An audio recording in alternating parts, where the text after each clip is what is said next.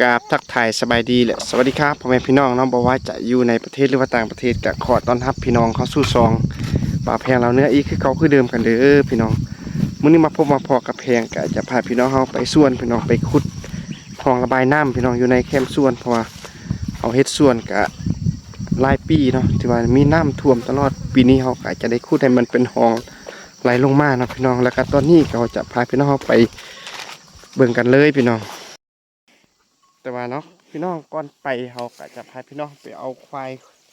ไปมัดไว้ไปบอนมันมีหญ้าก่อนพี่น้องเพราะว่าตอนนี้นี่แพงกระจูงอีกตัวนึงมาพี่น้องแล้วก็เมียก็เอาอีกตัวนึงพี่น้องตอนนี้เนาะพี่น้องแพงกับเมียกำลังย่างไปเนาะเอาควายไปน้ำพี่น้องเวลาไปนาไปส่วนจากสินะนี่ควายก็10 ปลายโตพี่น้องตัวใหญ่ๆพี่น้องนี่ตัวน้อยเขาจะบ่มัดเนาะเขาจะมัดแต่ตัวใหญ่ไว้เป็นบอลเพื่อบ่ให้มันไปบอลอื่นเขาให้เขาส่วนทำลายผลผลิตของชาวบ้านพี่น้อง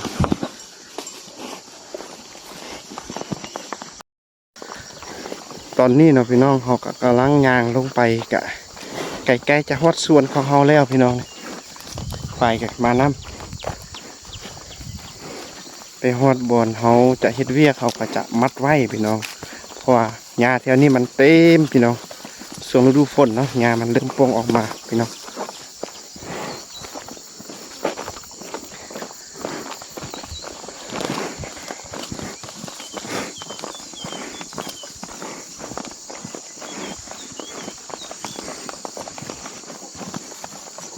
ใกล้ๆจะฮอดส่วนของเขาแล้วพี่น้อง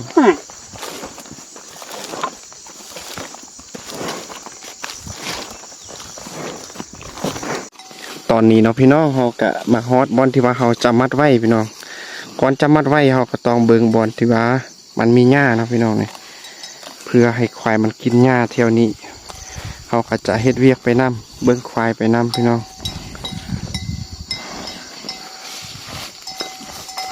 เขาจะมัดไว้แต่2 ตัวเนาะพี่น้องส่วนตัวอื่นๆเขาก็จะปล่อยไว้เนาะตัวที่ว่าตัวน้อยพวกนั้นก็สิได้ปล่อยไว้พี่น้องให้มันกินหญ้า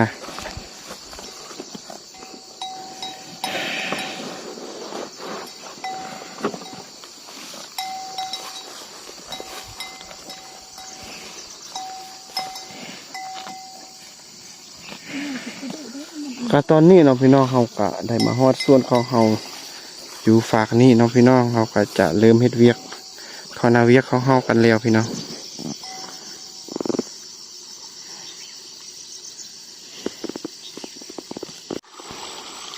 เอาพี่น้องนาเวียกของเขาในมื้อนี้ก็คือเขาจะมาขุดคลองระบายน้ำพี่น้องปล่อยน้ำบนนี้ออกไปพี่น้องเพราะว่าแต่ละปีเขาปลูกสาลีเขาโพดกะบ่ได้เอาพี่น้องย้อนน้ำมันซุ่มโพดพี่น้องเขาจะขุดให้มันเป็นห้องไหลลงมาจังซี่นะพี่น้องไหลลงมาไปปล่อยทิ่มตามแม่น้ำพี่น้องหลังจากนั้นปีนี้เขาว่าจะปลูกเขาพี่น้องจะซักเขาให้ปลูกเขาให้เพราะว่าปลูกสาลีมันก็บ่ค่อยขึ้นปานใดเพราะว่ามันซุ่มเกินไปพี่น้องการนาเวียกของเขาก็มีแต่สำนี้เนาะพี่น้องต่อไปนี้เขาก็จะ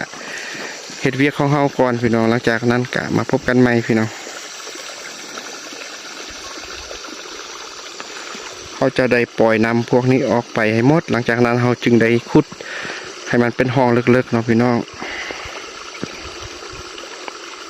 คันว่าเขาบ่ได้ขุดบ่ได้ปล่อยน้ำไปจังซี่ก็คือบ่ได้เอาคือแต่ละปีหั่นล่ะพี่น้องผลลัพธ์ปลูกของเฮาก็สิบ่งามพี่น้องมาเบิ่งสภาพหลังจากที่ว่าเขาเอานำออกไปพี่น้องกะมันก็เริ่มแห้งกันแล้วพี่น้องนี่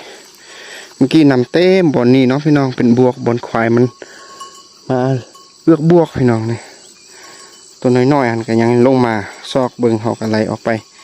ยังเหลือแต่บวกจะต้มพี่น้องนำมันก็ยังน้อยนึงเขาก็สิทายมันไหลแห้งออกหมดแล้วเขาจะขุดเป็นห้องจังซี่เนาะพี่น้องนี่เขาก็จะคูดเป็นห้องจากซี่เพื่อบ่ให้มันมีนองน้ำมันยืงไว้เนาะพี่น้องเบิ่งสภาพนี่ ฝากนั้นเขาก็เอาควายมาเลี้ยงไว้พี่น้องส่วนฝากนี้เขาก็มาเฮ็ดเวียกแดเบิ่งควายแดพี่น้องเขาจะปล่อยนี่ก่อนเนาะพี่น้องเขาจะปะอันนี้ให้มันแห้งหลังจากนั้นเขาจะมาขุดอีกพี่น้องต่อไปนี่เขาก็จะขึ้นไปขุดอีกน้องนึงพี่น้องพออายุเทิงก็มีอีกน้องนึงเมียก็กำลังขุดท่าเป็นว่าเขาไปขุดบอนไม้กันเลยพี่น้องบอนนี่เนาะพี่น้องนี่เมียก็ขุดท่าเนาะเขาจะขุดเป็นหองจากซี่เนาะพี่น้องให้นำมันไหลลงไปสู่ห้วยน้ำพี่น้องนี่ฝากนี่ก็เป็นห้วยน้ำน้อยๆเนาะเขาก็จะขุดอันนี้น้องอยู่เทิงพี่น้อง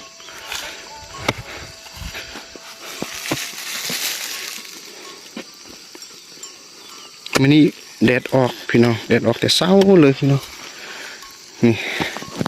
เขาจะขุดแล้วก็ปล่อยน้ำพวกนี้ลงไปให้ดินมันแห้งหลังจากนั้นเขาก็สิใส่จักรตัดหญ้ามาตัดหญ้าบริเวณแถวนี้เนาะพี่น้องเพื่อจะซักเข้าให้พี่น้องเพราะเขาปลูกสาลีมันก็บ่ขึ้นเพราะว่าดินมันซุ่มเกินไป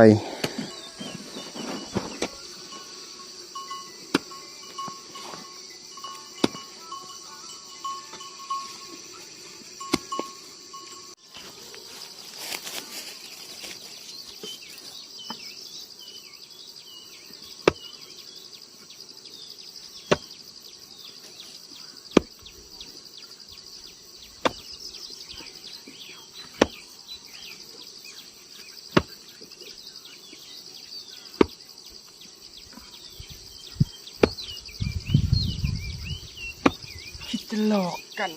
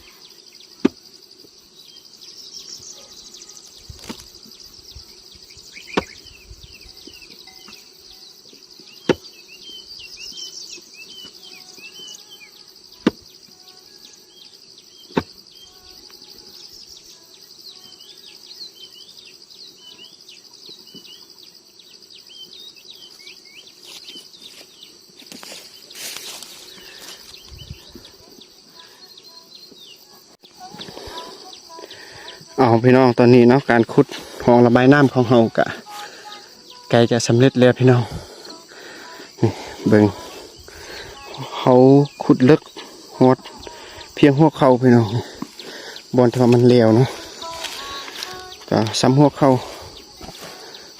เฮากะอย่างน้อยนึงเนาะเฮาจะได้ตักเอาดินแถวนี้ออกให้หมดหลังจากนั้นเฮาจึงได้ปล่อยน้ำอยู่ในน่องถึงหันลงไปเนาะพี่น้อง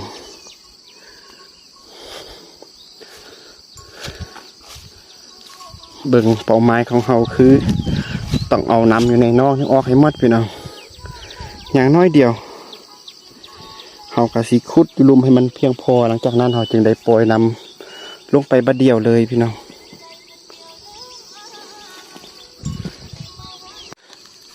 เอาเนาะพี่น้องสำหรับการขุดห้องระบายน้ำที่ว่าเขาจะปล่อยนองน้ำอยู่ในส่วนออกสำเร็จเป็นเทียบห้อยพี่น้องนี่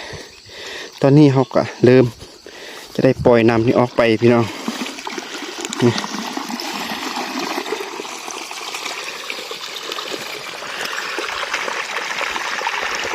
เราจะปล่อยเพื่อมันแห้งเนาะพี่น้องอ๋อนำไหลโคตรแห้งเลยพี่น้อง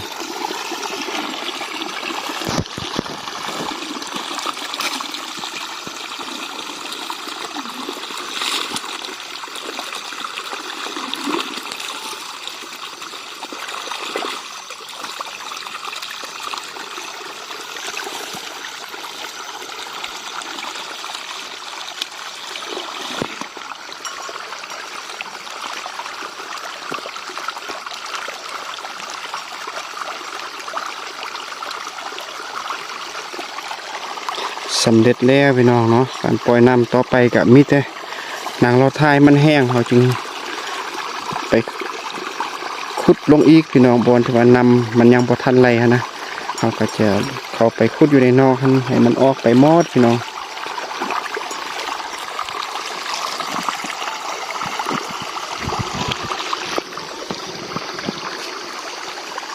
ไหลแห้งขนาดพี่น้องนี่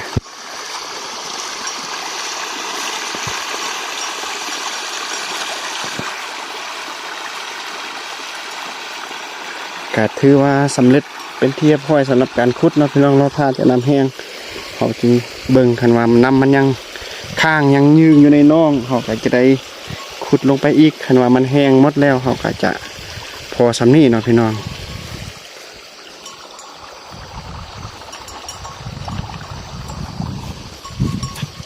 ระยะที่ว่าเขากำลังรอท่า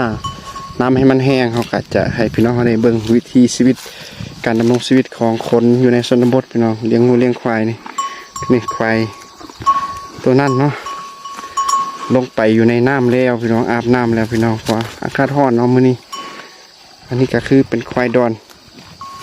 ตัวแม่พี่น้อง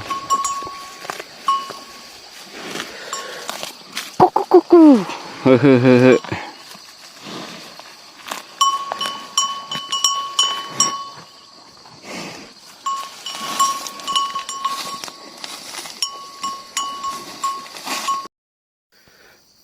เอาเนาะพี่น้องสำหรับนาเวียของเฮาภายในมื้อนี้เนาะก็ฮอดตอนเที่ยงกันแล้วพี่น้องเฮาก็สิได้พักได้พรกินข้าวกินน้ำก่อนเนาะพี่น้องแล้วก็ตอนนี้ก็สิให้พี่น้องเฮาได้เบิ่งนาเวียของเฮาว่าฮอดขั้นใดแล้วเนาะฮอดจุดใดแล้วก็ไปเบิ่งนำกันเลยพี่น้องเอาพี่น้องหลังจากที่ว่าเฮาขุดปล่อยน้ำอยู่ในหนองบนนี้เรียบร้อยแล้วเนาะพี่น้องเบิ่งมันก็เริ่มแห้งแล้วพี่น้องหลังจากที่ว่าเฮาปล่อยนำลงไปเขาก็เลยเอา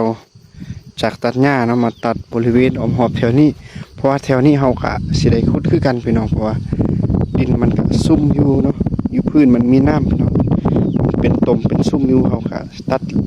เรียบร้อยเนาะเขาก็สิได้ขุดเป็นห้องไปเพื่อให้น้ำมันลงไหลเป็นบ่อนเนาะพี่น้องนะก็ประมาณนี้เนาะเวียกของเขาก็สิได้พักผ่อนก่อนกินข้าวกินน้ำหลังจากนั้นเขาก็สิได้มาเฮ็ดเวียกของเขาต่อพี่น้องเนาะก่อนที่ว่าเขาสิได้กลับไปกินข้าวเขาก็สิพาพี่น้องเขาไปย้ายควายก่อนพี่น้องเพราะว่าเบิ่งมันหญ้าบริเวณที่ว่าเขามัดไว้เนาะมันเริ่มบ่มีแล้วพี่น้องมันกินหมดแล้วเขาก็สิได้ย้ายไปไว้บนอื่นพี่น้องบนที่ว่ามันมีหญ้าเนาะสังเกตเบิ่งมันอยากลิ้นน้ำเนาะพี่น้องมันลงไปมุดบอนที่ว่ามีน้ำพี่น้องเอากระสิบ่ย้ายเถื่อเนาะพี่น้องให้มันเกือกบวกเกือกน้ำอยู่นี่ก่อนหลังจากนั้นตอนแรงเอาสิได้มาย้ายต่อพี่น้องเอากระสิมีแต่กลับไปกินข้าวก่อน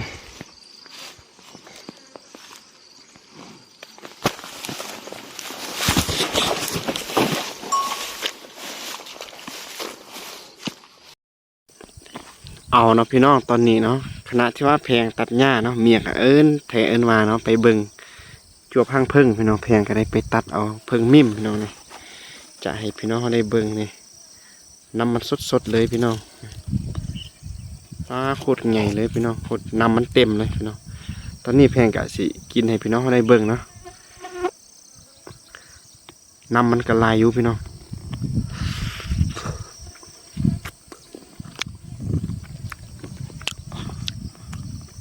หวานดีอยู่พี่น้อง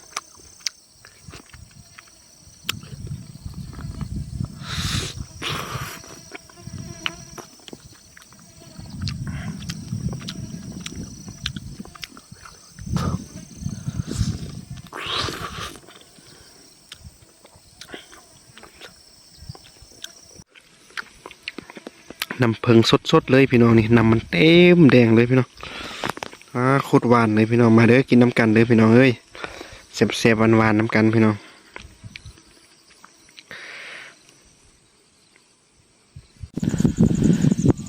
เอาเนาะพี่น้องตอนนี้ก็หอดเวลาค่อยคำลงแรงพี่น้องเขาก็สิได้กะเกี่ยมกับบ้านกับเพื่อนบอนนี้ก็คือเป็นบอนที่ว่าเขา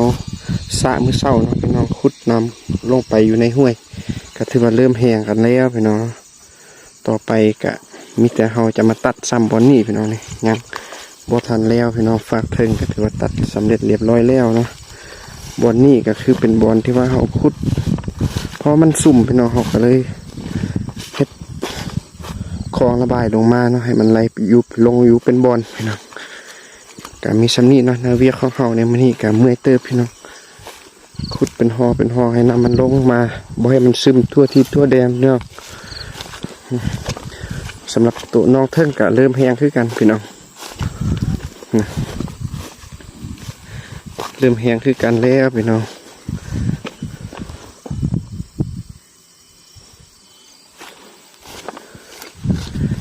คันว่ามันบ่แห้งนะครับก็จะใส่ข้าวหน้าหวานเอาพี่น้องแล้วก็ก่อนกลับบ้านเนาะพี่น้องแพงกับเมียกับสิได้เอาควายพวกนี้ไปไว้อยู่บอนที่ว่าเขามักมาไว้เป็นบ้อนพี่น้องมามัดไว้อยู่เทิงนะเพื่อบ่ให้มันลงไปเกือกบวกอีกพี่น้องตอนพวกน้อยๆพวกนี้กำลังอาบน้ำพี่น้องเลย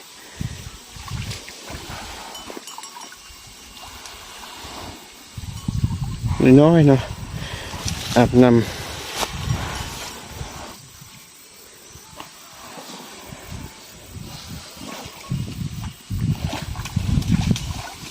เดี๋ยวพี่เอานะพี่น้องแต่ว่าก่อนเขาสิได้เอาไปมัดเป็นบ้อนท่านเขาก็สิให้มันลงมากินน้ำก้อนพี่น้องให้มันกินน้ำก่อนแล้วจึงเอาเมื่อเนาะพี่น้อง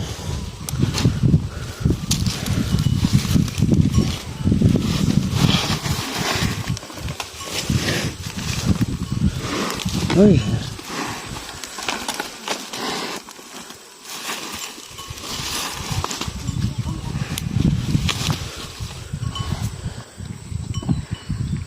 เสือกมันติดพี่น้อง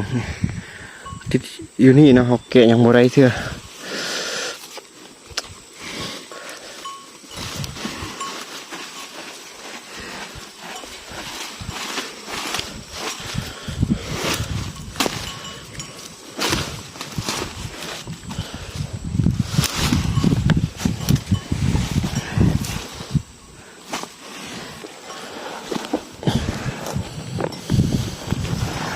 จุดตีนยูรักอมตูเน่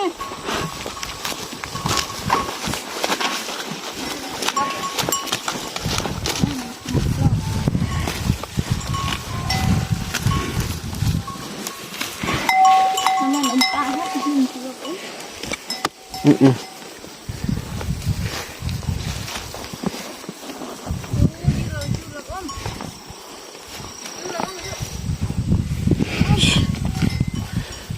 เฮ้ยกินน้ำ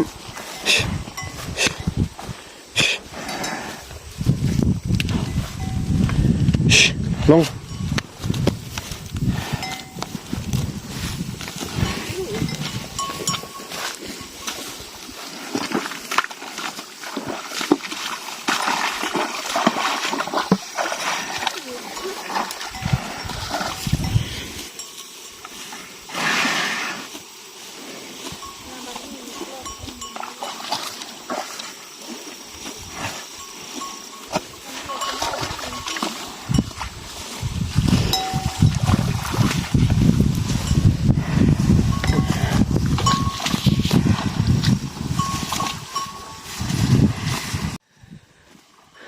บรรยากาศยามแล้งพี่น้องก่อนกลับบ้านเอาควายมากินน้ำก่อนพี่น้อง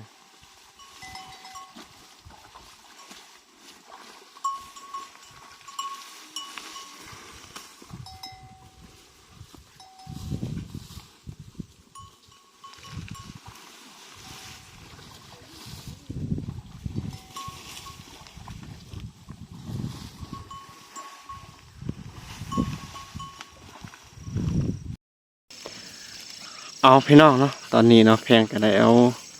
ควายมาฮอดอยู่เทิงพี่แล้วเนาะพี่น้องเขาก็สิได้มัดมันไว้แถวนี้พี่น้องบอลมันมีหญ้าให้มันกินหญ้าแถวนี้เนาะมื้ออื่นก็สิได้มาเบิ่งอีกพี่น้องคันแพงบ่ได้ไปก็พอเท่าแม่เท่าก็สิได้ไปเบิ่งแล้วสุดท้ายนี้พี่น้องแพงก็ขอฝากซองอีกคือเก่าคือเดิมกันเด้อพี่น้องเนาะโดยเฉพาะก็คือคนลาวบ่หรือว่าคนไทยที่ว่าฮักมักวิถีชีวิตจังซี่เนาะพี่น้องโดยเฉพาะก็คือคนที่ว่ากำลังทำงานพี่น้องเนาะจุดหนึ่งเนาะอาจสิเคยผ่านจุดนี้เนาะบ่ว่าจะเป็นการเฮ็ดไร่ไถสวนเลี้ยงงัวเลี้ยงควายจังซี่เนาะแต่ว่าได้พัดภาคจากบ้านเกิดเมืองนอนจากพ่อจากแม่เนาะไปหาเงินหาคำบางคนก็ไปสร้างครอบสร้างครัวอยู่ต่างเมืองต่างแขวงต่างแดนต่างประเทศเนาะได้เห็น